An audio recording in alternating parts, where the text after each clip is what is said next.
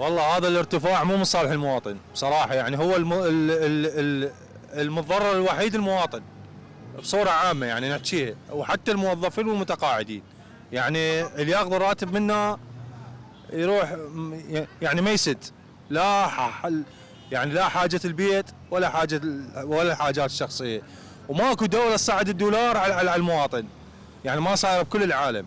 هاي الدول المحلية المجاورة للعراق اصلا ما عندهم بالتعامل المحلي، يعني هاي احكي لك اقتصاديا بالتعامل المحلي ما يتعاملون بالدولار، يتعاملون فقط بالعملة يعني مالتهم. الدولار مخليه يعني شيء شلون اقول لك، يعني ثانوي حتى بالتعاملات البيع والشراء اللي تصير يعني عندهم.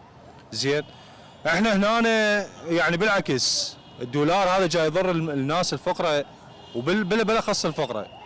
زين هو كان 146 كنا خلونا يعني يترحم من كان 146 145. زين هسه هو 152. فهذا الشيء مو صحيح يا اخوان. اشو الواردات موجوده، الخزين المالي متوفر. زين اقتصاديا يعني انا احكي لك اقتصاديا.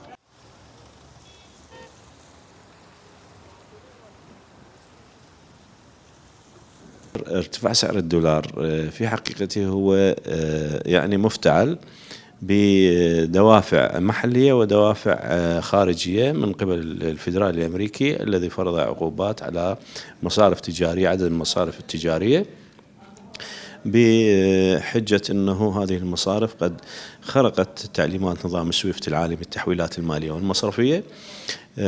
لكن يبقى الحل هو بيد الحكومة من خلال العرض والطلب للدولار، من خلال زيادة مبيعات الدولار من خلال نافذة العملة، لكي تعمل على يعني خفض قيمة الدولار أمام الدينار العراقي واستقرار المستوى العام للأسعار.